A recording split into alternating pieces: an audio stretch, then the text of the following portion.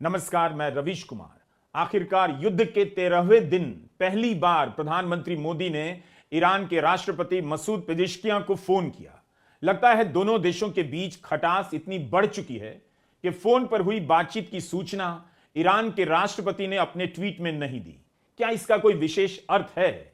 इसके साथ साथ भारत को लेकर और भी कई सारी खबरें हैं जिसके बारे में हम इस वीडियो में बात करेंगे।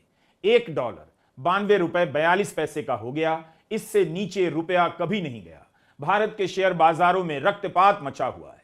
आज भी सेंसेक्स और निफ्टी में भयानक तबाही रही। सेंसेक्स 1470 अंक और निफ्टी 488 अंक नीचे। सेंसेक्स 3 महीने में करीब 11,000 अंक नीचे आ चुका है। भारत के निवेशकों को आज 9.5 लाख करोड़ का झटका लगा।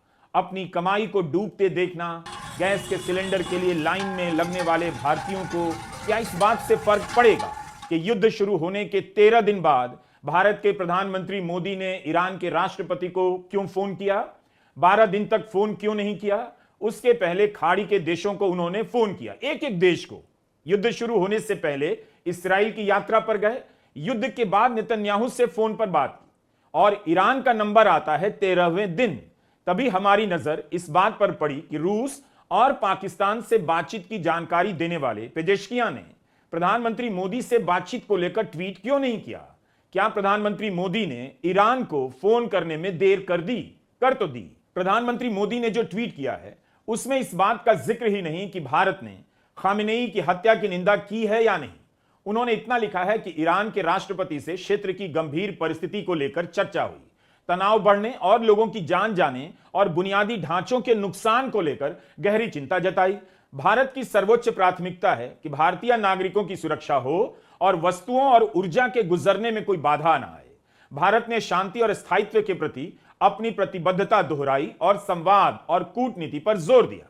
12 मार्च की रात 11 बजे प्रधानमंत्री नरेंद्र मोदी का ट्वीट आता है कि उनकी बातचीत ईरान के राष्ट्रपति से हुई है, मगर ईरान के राष्ट्रपति ने कोई ट्वीट नहीं किया। 13 मार्च की शाम 6:30 बजे जब हम अपना वीडियो एडिट कर रहे थे तब तक पेजेश्कियां का ट्वीट नहीं आया। क्या भारत के प्रधानमंत्री ने स्ट्रेट ऑफ होर्मुज से अपने जहाजों के लिए रास्ता मांगा? उन्होंने साफ साफ ऐसा बिल्कुल नहीं लिखा, मगर उनके ट्वीट में इतना लिखा हुआ है कि भारत की प्राथमिकता है कि वस्तुओं और ऊर्जा का आवागमन बेरोक टोक जारी रहे। इसके बाद भारत के विदेश मंत्री एस जयशंकर ने ईरान के विदेश मंत्री से बात की। यह एस जयशंकर का ट्वीट है। 2 पंक्ति में सूचना है। पहली पंक्ति में कहा गया है ईरान के विदेश मंत्री से कल रात बात हुई। दूसरी लाइन में कहा जा रहा है द्विपक्षीय मसलों के साथ ब्रिक्स से जुड़े मसलों पर बात हुई। क्या भारत ने होर्मुज को लेकर ईरान से बात की? ब्रिक्स मैटर के नाम पर क्या विदेश मंत्री होर्मुज का जिक्र करने से बचना चाहते हैं? इसका जवाब या इशारा भी जयशंकर के ट्वीट से नहीं मिलता। ईरान ने भी नहीं कहा कि भारत ने होर्मुज को लेकर उससे बात की है। विदेश मंत्री एस जयशंकर इतनी महत्वपूर्ण बातचीत की जानकारी देश की जनता को 17 शब्दों में दे रहे हैं, लेकिन अब आप इसी बातचीत के बारे में ईरान के विदेश मंत्रालय का ट्वीट देखिए। 195 शब्दों का ट्वीट है। इससे पता चलता है कि ईरान भारत के बारे में क्या सोचता है। उसकी भाषा इस तरह की है जैसे भारत को सुना रहा हो। ईरान के विदेश मंत्रालय ने अपने ट्वीट में लिखा है कि ईरान के विदेश मंत्री सैयद अब्बास अरागची ने भारत के विदेश मंत्री से रीजनल और इंटरनेशनल मसलों पर बात की। अरागची ने विदेश मंत्री को उन हमलों और उत्पीड़न के बारे में बताया जो इस्राएल और अमेरिका ने ईरान के साथ किया है। ईरान के विदेश मंत्री ने कहा कि ईरान की सरकार, ईरान और सेना हमलावरों के खिलाफ अपनी रक्षा के अधिकारों का इस्तेमाल करेगी। उन्होंने इस बात पर जोर दिया कि रीजनल से लेकर इंटरनेशनल संस्थाएं इस हमले की निंदा करें। बहुदेशीय सहयोग के लिए ब्रिक्स की भूमिका पर जोर दिया, लेकिन यह भी कहा कि ब्रिक्स को मौजूदा संकट में रोल अदा करना चाहिए। बातचीत के दौरान भारत के विदेश मंत्री ने कहा उनका देश रीजनल और इंटरनेशनल मंचों पर द्विपक्षीय और बहुदेशीय मसलों के विस्तार के लिए तैयार है। तो कितना कुछ आपको अरागची के ट्वीट से पता चलता है क्या क्या बातचीत हुई। ब्रिक्स का जिक्र क्यों आया होगा? क्योंकि भारत इस वक्त ब्रिक्स का चेयरमैन है और ब्रिक्स की तरफ से युद्ध को लेकर कोई बयान नहीं आया। ईरान पर हमले की निंदा नहीं की गई। तो ईरान ब्रिक्स के नाम पर भारत को क्यों इशारा कर रहा है, क्यों याद दिला रहा है? अगर ईरान भारत से यह कह रहा है कि अमेरिका और इस्राएल ने उस पर आक्रमण किया, उसका उत्पीड़न किया, एट्रोसिटीज की और उसकी निंदा की जानी चाहिए, तो इसका मतलब है कि वह भारत को भी इशारा कर रहा है कि भारत को निंदा करने की जरूरत है। भारत के विदेश मंत्री अपने ट्वीट में इतना कम बता रहे हैं और ईरान के विदेश मंत्री साफ साफ सब कुछ बता दे रहे हैं। इसी से पता चलता है ईरान भारत को लेकर क्या सोच रहा है। यह भी नोट करना चाहिए कि ईरान के राष्ट्रपति और ईरान के विदेश मंत्री ने भारत के बारे में नेगेटिव कमेंट नहीं किया है। शिकायत का टोन तो है, मगर संयम के साथ आदर भी है। बस ईरान के राष्ट्रपति ने प्रधानमंत्री मोदी के फोन को लेकर ट्वीट नहीं किया। ईरान ने अपने समर्थन के रूप में दिखाने की भी जरूरत नहीं समझी कि देखो भारत के प्रधानमंत्री ने फोन किया है, और ना विदेश मंत्री ने अपने ट्वीट में लिखा स्ट्रेट ऑफ होर्मुज से भारत के जहाजों को गुजरने की गुजारिश की है। 12 मार्च को खूब खबर उड़ी कि ईरान ने भारत के जहाजों को स्ट्रेट ऑफ होर्मुज से गुजरने की इजाजत दे दी है, लेकिन भारत के प्रधानमंत्री मोदी, विदेश मंत्री एस जयशंकर और ईरान के विदेश मंत्री आरागची के ट्वीट से इसकी कोई जानकारी नहीं मिलती। लेकिन 12 मार्च को विदेश मंत्रालय के प्रवक्ता रणधीर जायसवाल के बयान से इतना अंदाजा जरूर मिला कि होर्मुज को लेकर भारत कुछ पहल तो कर रहा है, बस होर्मुज का नाम नहीं लिया जा रहा है। पिछले कुछ दिनों में विदेश मंत्री और ईरान के विदेश मंत्री के बीच 3 बार बातचीत हुई है। अंतिम बातचीत में शिपिंग की सुरक्षा और भारत की ऊर्जा सुरक्षा से जुड़े मुद्दों पर चर्चा की गई। इसके अलावा अभी मेरे लिए कुछ भी कहना जल्दबाजी होगा। यह सवाल इसलिए भी महत्वपूर्ण है कि आज तुर्की के ट्रांसपोर्ट मंत्री ने बयान दिया है कि ईरान की अनुमति से उसका एक जहाज स्ट्रेट ऑफ होर्मुज से पास किया है। अगर ईरान ने भारत को अनुमति दी होती तो आपको क्या लगता है, भारत की तरफ से कोई ट्वीट नहीं आता? लेकिन बीजेपी ने अभी से प्रचार करना शुरू कर दिया है। अपने ट्विटर हैंडल पर यह वीडियो डाला है कि एक बार फिर भारतीय कूटनीति की जबरदस्त जीत हुई है। भारतीय टैंकरों और शिप्स के लिए स्ट्रेट ऑफ होर्मुज के दरवाजे खोल दिए गए हैं। भारत ने स्ट्रेट ऑफ होर्मुज का रास्ता सुरक्षित कर अपनी विदेश नीति का लोहा मनवाया है। क्या वाकई ऐसा हुआ है? इस वीडियो को भारत के शिक्षा मंत्री धर्मेंद्र प्रधान ने भी ट्वीट किया है, लेकिन इसकी किसी ने अभी तक पुष्टि नहीं की कि ईरान ने भारत को होर्मुज से जहाज ले जाने की अनुमति दे दी है। अगर ऐसा होता तो क्या प्रधानमंत्री मोदी अपने ट्वीट में राष्ट्रपति पेजेश्कियां को धन्यवाद नहीं देते कि भारत के संकट को समझते हुए होर्मुज से जहाज गुजरने की अनुमति दे दी गई है? भारत के विदेश मंत्री 4 बार ईरान के विदेश मंत्री को फोन कर चुके हैं, 4 बार। अगर अनुमति मिली होती तो क्या भारत के विदेश मंत्री एक बार भी इसकी जानकारी नहीं देते? अगर यह जानकारी उनके स्तर के लायक नहीं है, तब फिर उन्हें विदेश मंत्री बनाने वाली बीजेपी वीडियो बनाकर कूटनीति की जीत क्यों बता रही है, जबकि भारत के कितने ही जहाज स्ट्रेट ऑफ होर्मुज में खड़े हैं? स्ट्रेट ऑफ होर्मुज के पश्चिम तरफ जो पर्शियन गल्फ है उसमें 24 इंडियन फ्लैग वेसल्स हैं, जो कल भी उतने ही थे। आज भी 24 वेसल हैं, उसमें 677 भारतीय नाविक हैं। स्ट्रेट ऑफ होर्मुज के ईस्ट में पूर्वी साइड में जो गल्फ ऑफ ओमान है उसमें 4 वेसल थे कल।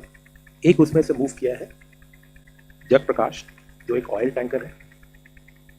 तो अब वहाँ पे 3 भारतीय फ्लैग के वेसल्स रह गए, उसमें 76 इंडियन नाविक हैं। As Mr. Rajesh Sinha just said, one oil tanker of India has moved. Does it indicate some sort of an arrangement we have got on safe passage? ये जो आपको मैंने बताया जो ऑयल टैंकर जग प्रकाश है, ये हॉर्मुज के ईस्ट में था, so it doesn't have to cross the Hormuz to go. It is actually lying on the east. और ये इंडिया नहीं आ रहा है, ये अफ्रीकन किसी कंट्री में इज कैरिंग गैसोलीन वगैरह, कुछ एयर गैस वगैरह लेके जा रहा है, going to Africa, going there, but Indian flag. मंत्रालय के बयान का यही मतलब है कि भारत का जो एक जहाज रुका हुआ था वो होर्मुज पार कर नहीं आया है। वो पहले से ओमान की खाड़ी में था, उस पर लदा हुआ तेल अफ्रीका के किसी देश के लिए था। ये भारत नहीं आ रहा था, अफ्रीका जा रहा था। गोदी मीडिया और बीजेपी में जगप्रकाश नाम के इसी जहाज को लेकर जश्न मनाया जा रहा है, लेकिन अब सरकार ने साफ किया है कि ये जहाज ना तो भारत आया है और ना ही इस पर भारत का सामान लदा है। इस पर भारत का झंडा लगा है, लेकिन ये होर्मुज पार कर अफ्रीका नहीं गया है। सवाल है कि विदेश मंत्री एस जयशंकर 2-3 दिनों में ईरान के विदेश मंत्री को फोन किए जा रहे हैं। प्रधानमंत्री मोदी ने राष्ट्रपति को फोन किया। क्या अब वैसी दोस्ती नहीं रही कि फोन करते ही होर्मुज से जहाज चालू हो जाए? उधर अमेरिका ने रूस से तेल खरीदने पर जो प्रतिबंध लगाया था उसे अस्थायी रूप से वापस ले लिया है। सभी देशों को रूस से तेल खरीदने की अनुमति दे दी गई है। कुछ दिन पहले यही खबर आई थी कि अमेरिका ने भारत को रूस से तेल खरीदने की अनुमति दी है। विपक्ष ने सवाल उठाया, अमेरिका कौन होता है भारत को अनुमति देने वाला? मगर सरकार के समर्थकों ने अपने लेखों में ऐसा समा बांधा कि यह भारत की कूटनीतिक जीत है। अब पता चल रहा है अमेरिका अपनी परेशानियों से छुटकारा पाने के लिए रूस पर लगे प्रतिबंधों को हटा रहा है, सभी देशों को तेल खरीदने की अनुमति दे रहा है। ईरान ने अमेरिका की इतनी तो हालत अच्छी कर दी है कि उसे रूस से प्रतिबंध हटाने पड़ रहे हैं।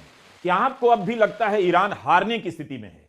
आज ईरान के अलग अलग शहरों में लाखों लोग सड़कों पर उतरे। इन रैलियों को सरकार के समर्थन में बताया जा रहा है। राष्ट्रपति पेजेश्कियां और विदेश मंत्री आरागची ने भी सड़कों पर मार्च किया। स्पेन, इटली, कनाडा के बाद जर्मनी ने भी कहा है कि वह ईरान के साथ युद्ध में नहीं है। इसका मतलब है बिना मतलब किए गए इस युद्ध को यूरोप के हां में हां मिलाने वाले देश भी सपोर्ट नहीं कर पा रहे हैं।